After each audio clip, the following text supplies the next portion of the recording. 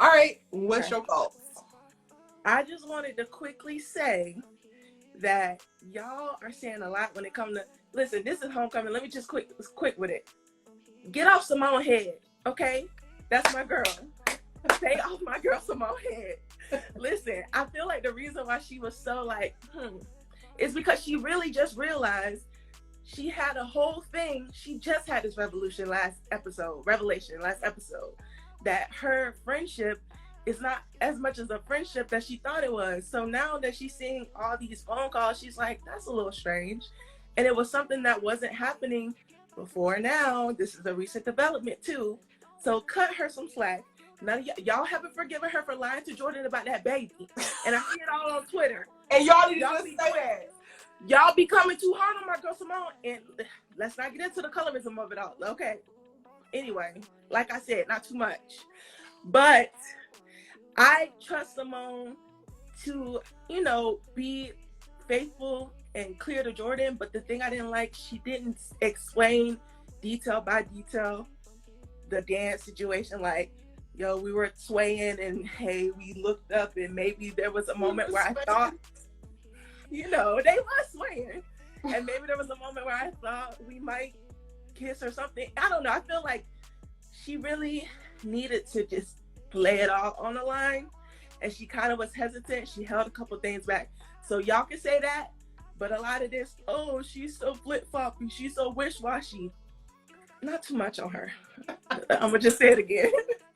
Because Jordan is doing the same thing, and I said in the chat, I was like, yes, exactly. That's why she realizes, because it's similar. When Keisha said, hey, are you projecting? That does happen. But the difference with that is she's not accusing Jordan of anything. She's seeing something. She's processing. She peeped it, and she's talking to her friend about it. If Simone and Damon would have never had the situation they have, she would have still peeped that and been like, that's a little weird. So regardless of what Simone got going on, independent of that, Jordan and Layla close too. So get off her neck. I'm just saying. I had Simone Hicks defense squad captain. Period. Because y'all be coming for my girl. I do want to see more from her though, because I feel like they're not giving us that emotional depth from her, like that we got from like season, like what was that, 2, when she was pregnant and she was going through everything, like struggling on her own. Her mom kicked her out, like not having no family, no support. Then she would went through the whole line about the baby, but you knew why she did it. I need that emotional depth from her on Homecoming, because I need people to understand why I go so hard for her, because I love her. You know what I mean? Yeah. Mm-hmm. Anyway, regardless of that, All-American, right? Patience. I'm still mad you ain't get to break up with Coop, because why would you let her break up with you when you knew you wanted to break up with her? You should have never let that happen. And now you mad kissing JoJo. Why is JoJo on the show? I mean, what is JoJo doing for us on the show? She's not giving us anything. And why you kiss that girl? You know you ain't like her for real. She let you now I know what they're trying to do. I'm like, I didn't get JoJo to come on the show for this. I didn't even recognize that it was JoJo because she wasn't blonde, and for some reason I associate her with blonde hair. Anyway, I just was like, we don't need this. I don't need Coop and the other girl either. Because Coop, didn't you just say you was gonna work on yourself? That's not working on yourself. What are you doing? Working on yourself is getting with Sky? Is your problems in the sky? In this sky? What are you talking about? I don't appreciate it. You need to work your ass back to rapping, sis. I don't want to hear nothing else but that. Yes, we wanted you to get back to your music. Like, this whole no rapping storyline was so strange for me, because we all know, like, is it Breezy? She's like a really good rapper, and she has the potential to be better than she was an All-American. Like, I know her from Empire, so y'all can't come for me about her rapping skills. Like, she could do better than this. And her emotional journey in the beginning, when she first got shot and she lost her passion and she couldn't do music, that was compelling. Now she don't really got nothing. She not worried about music no more. There. You dropped out of high school to do music, to pursue it because you really was about it. You loved it, and now you don't care at all. And that's not even any processing of like, if she missed it, if she, like, you know, people who do things or have been doing things for a while, like, I'm gonna use Antonio. I don't know if he's still on here, but I would imagine that Antonio, he's a drummer. I would imagine that there's random times in the day that Antonio just starts doing stuff with his hands because he's a drummer. Like, we don't even get any of that from Coop. Like, even if she's never going to touch it again, how does she feel about that? Mm-hmm. And I feel like we're not getting any of that. And it's very strange to me because I feel like, how did you lose your love for music so fast and without a word? If you did lose your love for music and that's the storyline they want to go to, maybe she don't want to rap on the show no more, okay, fine. But let's go through that journey. You just dropped it and it was such a big part of her character that it doesn't make sense to me. So I'm just like, And then, like, who was that girl? Jordan and Layla. He was touching her thighs a lot. Listen, Simone and Damon do be holding hands. So when Jordan and Layla held hands, I was like, cool, whatever. Because we're getting it. We're here for platonic love and, like, what is it? Physical touch, whatever. But why did you hand on her thigh? That was a step too much. It was a bridge too far. It was a bridge too far for me. I was like, hand on her thigh, and I'm gripping your thigh. No, I didn't like it. I'm gonna just say that. And I appreciate their scene, like their moment, and they were talking. I like that. Like, go ahead, have these real tough conversations. I missed part of that because I missed the first 20 minutes. But from what I heard, they had like a real tough conversation. I got like the end part of them being in there. So they were already like resolving their issues, but I guess they had some kind of blow up. I don't really know. But the part I did see was very like friendly and like, we finna get it together. And I like that part. But like, some of this was a lot. I'm gonna just say that. And then Olivia, girl, who said it? I think it was Tink. Tink said in the chat, "You're an intern. What are you doing? Why are you running around campus like you really got this story on what? Like you running shit? Like you're girl." And somebody was like, "She don't even go to class." I said, "Yeah, it's like to Olivia. Do you even go here? Because what are you doing? Why are you not in a journalism class somewhere? And why you can't take Auntie Amara's journalism class? Because you need it. Go ahead and get it on Zoom. Go ahead and what do they call that? Remote learning." Yeah, remote learning. Audit the class. Go ahead and audit that class. You need that one. Because you're doing a lot, like, where's the journalistic integrity? You taking sources that aren't sources, you mixing, like, your work with your home life and not being upfront about it. You ain't tell Jordan you was finna use him as no source. Because he would have said, hell no. Look at you. And everybody's just telling her, yeah, girl, go ahead. Do what you feel. No, and don't do what you feel, because what you feel is not always the right thing, and people are not holding her accountable for nothing. Like she don't learn nothing. It's real aggravating. I'm just saying, it's real aggravating. I be so stuck on her, like, girl. And remember when we were talking about Bel Air, I was like, Lisa really gives you a cop daughter. Olivia really gives, yo, I'm from Beverly Hills and I am biracial. She gives that. Biracial. She gives biracial. She's giving it more and more. She's a biracial girl. She gives that. And honestly, I wouldn't even know what that meant if I didn't watch like the implosion of like all these biracial people on TikTok over the last 8 months. Like they were losing their shit. Specifically, biracial girl with a white mom, that's a whole different kind of thing. Those moms. Because I got a biracial cousin with a black mama. My auntie got a biracial. It's different. It's real. Different when you have a white mom. Yep. And let's not pretend that Grace and even don't that, have like, I would think that they could explore that even more. Give me that. Don't give me no more Olivia journalism, nothing. Give me Olivia on some type of self-discovery. Like, I liked it when they first went down the road of her, like, checking back into Crenshaw and, like, picking up activism as a way to dial into her blackness. But I feel like that is even a thing that just got dropped. It's like she started picking up causes and now all of a sudden she's super woke and she got it. Like, no, she has a lot of blind spots. And even monoracial black people have a lot of blind spots. You know what I mean? And I feel like there is a difference between monoracial black people and biracial black people because we're not seeing the same in our own community and outside of the community. So you don't have it all together. Nobody does. And the thing that I first understood about the situation when she released the tape, I was like, you know what? I'm on your side. Because Grace came back, not Grace, what's their mama name? I don't like her like Laura. that. I like her some of the time. Laura, okay.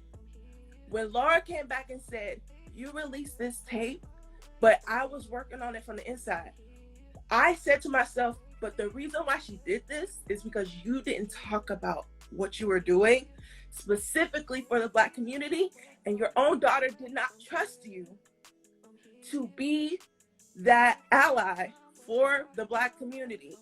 And as much as we say, like, if you're gonna talk about it, be about it, if you were really being about it, you should have just said something. Because she really didn't think that you were gonna do it, and I don't blame her. When have you ever shown, besides Marion, Billy Baker, when have you ever shown that you were an ally? Up until now, because she's doing stuff in the community, that's great. I'm starting to like her more. But you were never about that life. Nobody expected you to be down for the cause. And that's why your daughter did that, because she didn't trust you to be about it. And that's why it all happened. And that's part of the thing that I think white moms miss. They don't think in helping your child navigate their identity and how they manifest in the world, part of that is them exploring their Blackness. And I think without her even discussing the case, if she had been more well-versed in communicating and trying to keep, like she did the Soul Amuse things, which was her thing, trying to give Olivia a branch back towards her Blackness, but there was no dialogue in the house about how they see themselves, how they see her, how they feel about different things. There was no dialogue about none of that, so we understand why Olivia didn't trust that she was actually how they showed up in the world. Yeah. Especially Jordan. We know that wasn't a conversation, because when they got pulled over by the police, Jordan acted like he was a white man, and that's not reality. He acted like he was a whole white man. I have had that conversation with my nephews when they were like 7 and 9. I had the tough conversation. You are Black. This is what it means to be a Black man in America. Not that I am a Black man, but a Black person in America. Specifically, the history of police brutality and its relation to Black men. Black men are like the worst when it comes to police brutality. I talked to them about that young. You telling me Jordan don't know nothing about this? Y'all and not even that going back to Laura, we saw her making phone calls, but we didn't see her sit down with her kids and talk about how they felt about it. How did Jordan getting thrown on the ground with Spencer land on Olivia? That conversation would have helped set up something for her not to release this tape after the fact if she was a part of that conversation. Her and Billy could have done to let them know that they understood their Blackness and what it means to them and what it means to society at large, to let her know, my mom gets this, she gets us, and she is helping us. She's fighting for us behind the scenes. She's trying to make real change in the position that she's in. She didn't get nothing from y'all, and that's what she did it. That's why she did it. When we were in that vein of Olivia, I understood. This vein of Olivia is just like, girl, what is you doing and why? What is the motivation? Like, none of what you're doing makes sense to me. Mm-hmm. I don't know. Maybe they're going to bring it all back and bring it all home, but I'm not really understanding her motivation right now. And Spencer let her walk all over him. It's a lot. It's sending me. Because I thought the bare minimum, if they got together, Spencer would rub off on her even more than he already has. But to see him now shift himself to orbit her and not even be true to himself anymore, and then now she is speaking wherever it's like, so why are we doing this? Why did y'all get together? Because I don't believe that they're becoming better right now. Exactly. They're not making each other better as of right now. Now that's not to say they can't do it moving forward, but they're not doing it right now, in my opinion. Exactly. And I agree with that sentiment 100%. Y'all are not making each other better. Y'all are not holding each other accountable. Y'all are not asking each other tough questions. Y'all are not challenging your perception on anything. Y'all just being like, okay, this is how she's feeling. I'm going to just let it rock. Regardless of if it hurts my feelings or if it goes against my core values, I'm going to just let it rock. How is that? Because I love her. A healthy relationship? That's not giving healthy. It's giving toxic. It's giving codependent. It's giving I'm being stifled. Who Spencer has shown himself to be is not the person he is with Olivia right now. And I never really expected that was going to be the case. I just was like, that's real weird. And typically women lose themselves in relationships. So this is a flip on the trope, but it's also very strange. I'm just it's real weird. And then the last thing I want to say, because I know you want to get out of here, it's 2:00 in the morning for me, Florida gal. Yeah, but I see you, boo. I'm sorry, it's running late. 2:03. East Coast. Thank you for hanging in as long as you did. I'm sorry. I just want to last thing say Carrie and Layla. Okay, so there's a lot of things I think about it, but the main thing is like, I get why she want to talk to her. Okay, but the thing that you have to remember, and I have to tell myself this all the time, to get closure, you don't have to talk to the other person. It doesn't always serve you to talk to the other person. The closure is for you. The forgiveness is for you. And you don't need them to have a conversation with them to get that. And sometimes when you have a conversation, it didn't do nothing but make you madder. There's been a time that I was like, okay, it's time to lay it all on the line. This is how you hurt me. Do you understand that XYZ made me feel this way? Your tone when you said this was that. La, la, la. I got a response. Oh, I'm sorry you feel that way. But, you know, it is what it is. Okay, so now I'm just more mad. I'm okay. So I didn't get an apology. I didn't get any acknowledgement of my pain. I didn't get shit. I got nothing from this experience but more mad and more hurt. But sometimes it goes the opposite way and you do get healing. So maybe that's what she's seeking out for it. But I want her to realize it's not about them, it's about you. It's not about them, it's about you. And why I said in the chat that maybe she's now in a space where she can like navigate this is because she's gotten her treatment. Carrie has gotten her treatment, so maybe she's better. We don't really know. I kind of missed a little part of that. Remember I said I missed the first part of All American. So we don't know if Carrie's good either, but I'm just saying like, I don't know. She has to understand it's your responsibility to regulate your own emotions regardless of what the outside world has to say about it. So hopefully she can get to that space. And what I really want her to address and what I think is important is what you said, her, Spencer, and Layla. And the only reason why she needs to have a conversation is with them is because they're still trying to be friends. If she was going to leave it alone, I don't care. Like if she was going to let them be, then I don't see a need for a conversation. But she's not going to let them rock. They still trying to be in the vortex together. They still trying to be besties. So if you want to be my bestie for the rest of you, let's have this conversation. Because I'm not going to be cool with you if I'm still holding resentment for this whole situation that you and Spencer started. And I think bringing it way back to season 1, a reason why Layla and Olivia had issues is because Olivia didn't tell Layla how it hurt her that she went after Spencer, knowing that Olivia had feelings for him. And they didn't talk about that until they had that blow up. And she was like, and I think it's funny how you went after him knowing how I felt about him. Remember that? Like they had that blow up in the cafe or whatever. If you would have had a conversation about that in the beginning, it would have been better. It would have been way better than this. And that's where it really started to me. But now that y'all address that part, let's now address this part. Olivia and Spencer, y'all was fucked up for letting this girl drag herself back in, knowing that it was for nothing. Knowing that he didn't like her.